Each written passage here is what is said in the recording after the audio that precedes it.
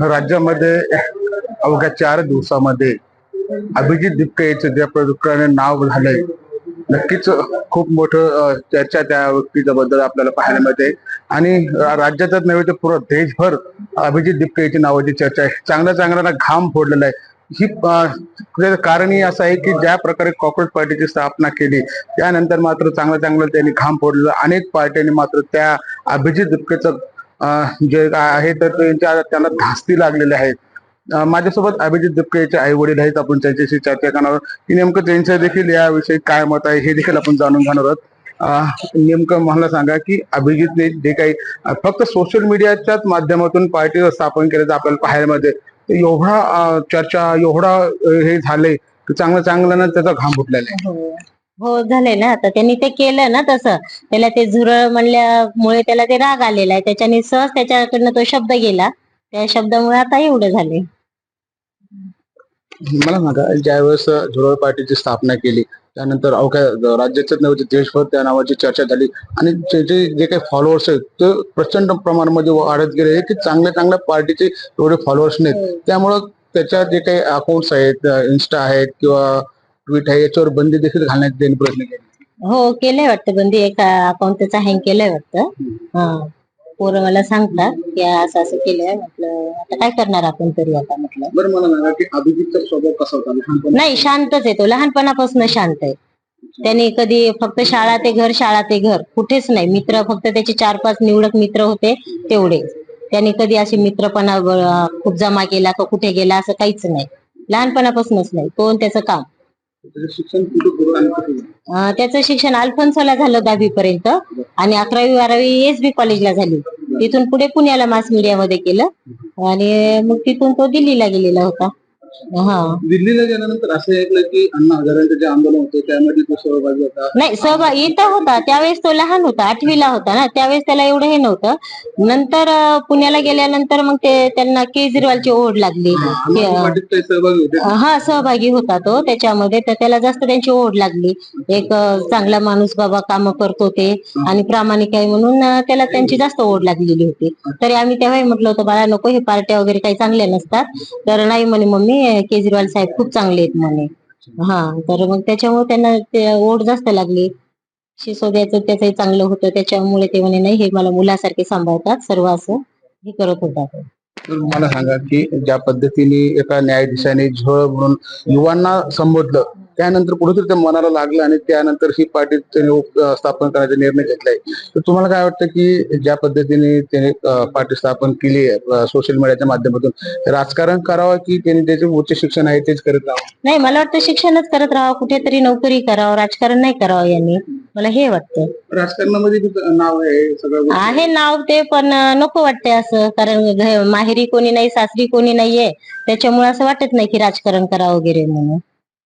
मागे म्हणजे अशी इच्छाच नाही आमची, आधीपासूनच नाही. माझ्यासोबत अभिजितचे वडील देखील आहेत. एक वडील म्हणून तुम्ही काय सल्ला देऊ इच्छिता अभिजित?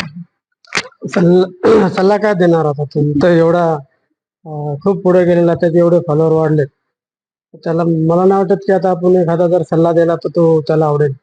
अच्छा अच्छा, म्हणजे स्वभावाने तो लहानपणापासून हट्टी आणि जिद्दी होता का? हा जिद्दी होता थोडा, मन असं एकलकोंडे असल्यासारखा होता. हो हो हो, याच्यावर तो ठाम राहायचा तो. बरं, तुम्ही काही आता बोलताना काही शंका व्यक्त केल्या किंवा थोडीशी भीती देखील वाटते की ह्या राजकारणापासून दूर राहावं, असं काय वाटतं तुमच्या मनामध्ये? तो त्यानेच त्याच्या याच्यावर सांगितलेलं आहे एका न्यूज अँकरला मुलाखत देताना. तेव्हा असं मला वाटते भीती, म्हणे की मी जर इंडियामध्ये गेलो तर मला डायरेक्ट विमानतळावरूनच उचलतील म्हणून, काही कारण सांगून. ज्या पद्धतीने सध्या त्याचं जे काही मार्केट आहे युवा वर्गामध्ये सगळ्यात जास्त त्याची क्रेज आहे, त्यामुळे कुठेतरी प्रस्थापित पार्टी आहेत त्यांच्यामध्ये कुठेतरी आता एक धास्ती घेतली आहे अभिजितच्या नावाची. आता ते शेवटी जे सत्ताधीश असतात त्यांच्या पुढे शेवटी सत्तेशी पुढे शहाणपण चालत नाही.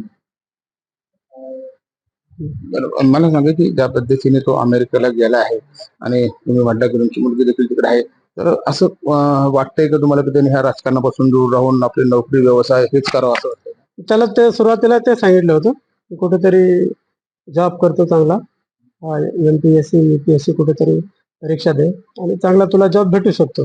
तसा हुशार आहे तो शिक्षणामध्ये. परंतु आता आम्ही शेवटचा प्रश्न विचारतोय की आता विषय खूप पुढे निघून गेलेला आहे, त्याचे फॉलोअर्स देशामध्ये भरपूर वाढलेले आहेत. तर असं वाटतंय की तुम्हाला की तुम्ही जर कधी याच्यात कधी त्याला सांगितले की मला आई वडील म्हणून आम्हाला तो राजकारणाचा पिंड आपला तो नाहीये, त्यापासून तो दूर राहून समाजसेवा किंवा इतर क्षेत्रामध्ये वळ, असं काही वाटतं तुम्हाला सल्ला देऊ शकता? नाही, तो आता मला नाही वाटत सल्ला ऐकेल म्हणून त्याला, कारण सुरुवातीपासूनच आम्ही सांगितलं होतं. तर शेवटी तो राजकारणामध्येच गेला. आता तो कसं काय ऐकेल या स्टेजला आल्याच्या नंतर? पार्टी स्थापन केलं कधी लक्षात आलं तुमच्या? ते परवाच्या दिवशीच लक्षात आलं. त्याच्या अगोदर काहीच माहित नव्हतं आम्हाला. अच्छा. सोशल मीडियाच्या माध्यमातून हा, सोशल मीडियामधून ते दुसरे फोन करून सांगत होते. दुसऱ्यांनी सांगितलं म्हणून माहिती झालं, काय आम्हाला एवढं माहिती नव्हतं. हा, अभिजीतचं बघा म्हणून आम्हाला माहिती झालं, नाही तर माहितीच नाही एवढं काही. एक प्रकारे आनंद पण आहे, दुःखही वाटतं. हो, दोन्ही पण आहे ना. अच्छा. एक वाटतं बाबा चांगलं नाव झालं, पुन्हा दुःखही वाटतं मनात. एक आई म्हणून दुःख वाटतं ना. आता आधी कधी आला की डायरेक्ट फ्रेश होऊन यायचं, आता तसं नाही वाटत ना. आता बाबा आल्यानंतर काय होतंय काय नाही, मनात दुखदुखी वाटते ना त्याच्या. नक्कीच आपण जर पाहिलं तर हे अभिजित दिपकेचे आई वडील होते. कुठेतरी त्यांच्या मुलाचं नाव देशभर धावत झालेलं आपल्याला देखील पाहायला मिळते. मात्र ज्या पद्धतीने काँग्रेस पार्टीची स्थापना केली त्यानंतर मात्र त्यांच्या आई वडिलांच्या मनामध्ये भीती देखील आहे. कारण की प्रस्थापित पार्ट्या आहेत. अभिजितने देखील शंका व्यक्त केली होती की मी आल्यानंतर मला उचलू शकतात. त्यामुळे कुठेतरी आई वडील या नात्याने एक आपल्या मुलाने या राजकारणापासून दूर राहावे आणि समाजसेवा आणि नोकरी करावी अशी इच्छा देखील त्यांनी व्यक्त केली आहे. संजय आहेर, LS मराठी, छत्रपती संभाजीनगर.